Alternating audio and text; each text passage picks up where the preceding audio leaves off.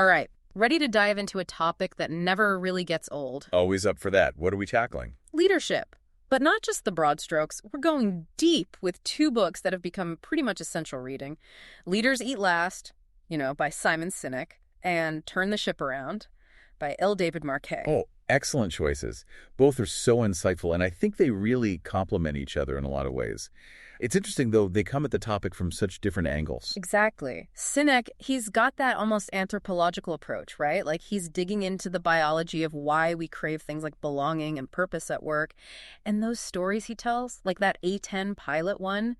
Every time. That one gets me every time. Right. And then you've got Marquet coming from this totally different world, this high-pressure world of nuclear submarines. I mean, talk about high stakes. Absolutely. And yet, his experiences on that submarine, they completely flip the script on how we traditionally think about leadership.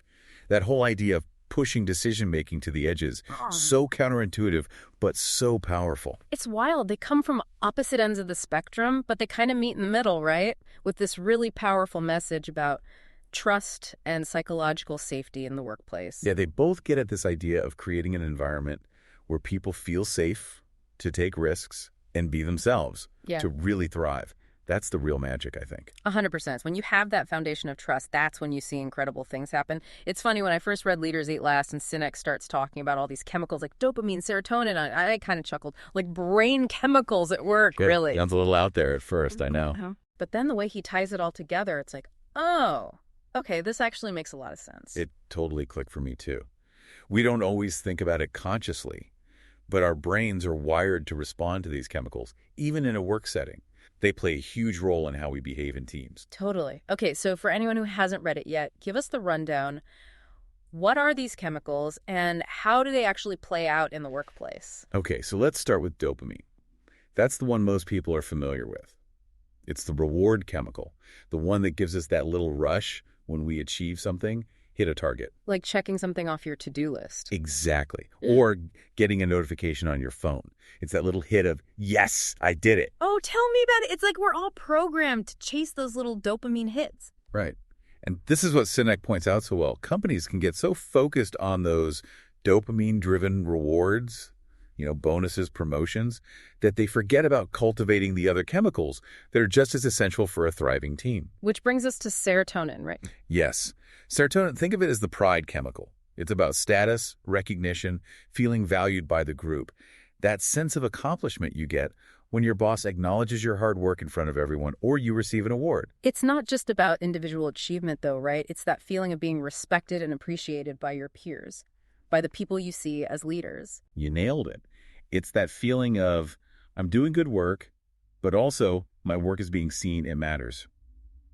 And finally, we have oxytocin. Think of this as the connection chemical.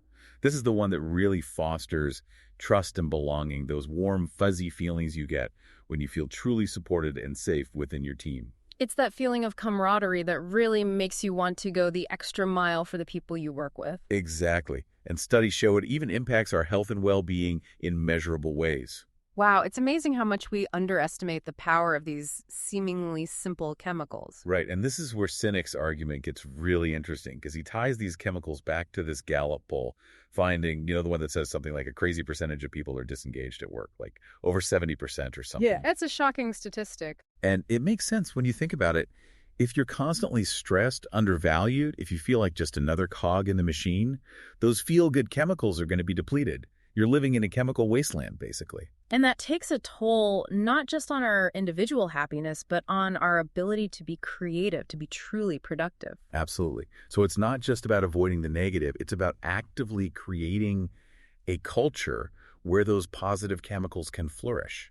So what does that look like in practice? How do you actually create that environment? Well, Sinek gives this amazing example. He talks about Bob Chapman, the CEO of Barry Wimler, who was facing this huge financial crisis, but refused to lay off employees. Oh, I remember that story. Such a powerful example of putting people first.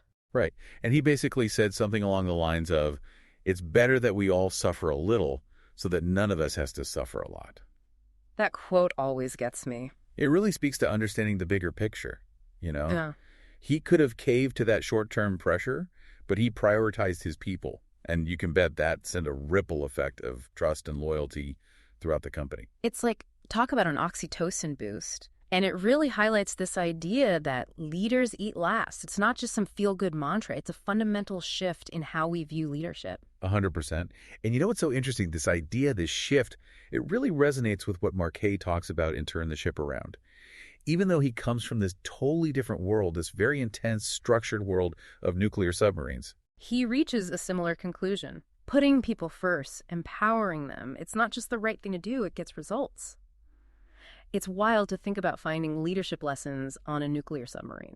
Right, you think about that kind of environment, it's all about precision, following orders, life or death situations. Exactly. But that's what makes Marquet's stories so fascinating. Because he takes that rigid structure and he finds a way to flip the script. He creates this, culture of empowerment within that. Yeah, and he calls it the leader model, which sounds kind of strange at first, right? Yeah. Especially in a setting like that.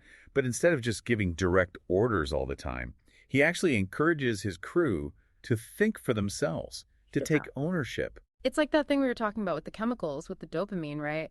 If you're always waiting for someone else to tell you what to do, you're never really going to tap into that serotonin, that feeling of pride and ownership over your work. It all comes back to trust, doesn't it?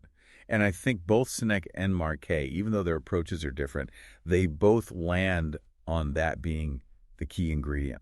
Totally. And Marquet, he gives that one example, the head 2/3 incident. I don't know if you remember that one. Oh, yeah, where the captain gives an order, but then nothing happens because the crew is so used to waiting for super specific instructions. Yes.